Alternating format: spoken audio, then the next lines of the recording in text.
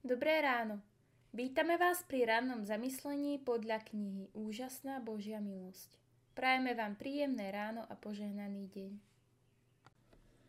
Jak Bůh svět tento miloval, z hříšníky v každý čas, že na smrt svého syna dal, by spasit mohl nás. 22. júl. Súcit so slabými.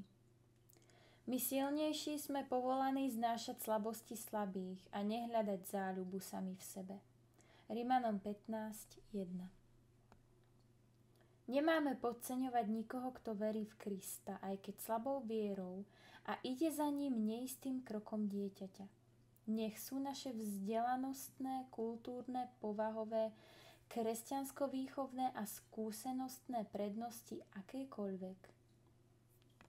Tým všetkým sme v medziach svojich síl povinní slúžiť tým, čo toho dostali menej. Ak sme silní, máme podopierať ruky slabých. Anjeli slávy, ktorí stále hľadia na tvár nebeského Otca, radostne slúžia jeho deťom.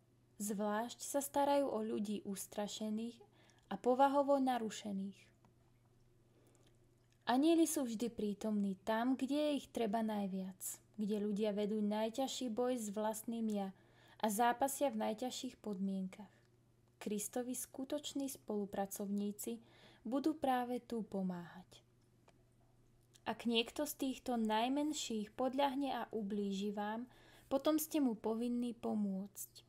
Nečakajte, kým on príde s ponukou zmierenia. Ježiš povedal: Čo si myslíte, keby niekto mal 100 oviec a jedna z nich by zablúdila? Či nenechá tých 99 na vrcholoch a nepôjde hľadať tú, ktorá zablúdila? A ak sa mu podarí nájsť ju, amen, hovorím vám, že sa bude z nej radovať viacej ako z tých 99, čo nezablúdili.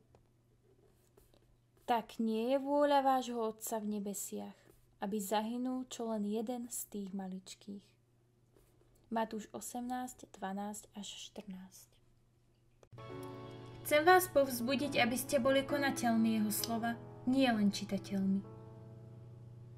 Ďakujeme, že ste si nás dnes vypočuli a tešíme sa na vás i zajtra.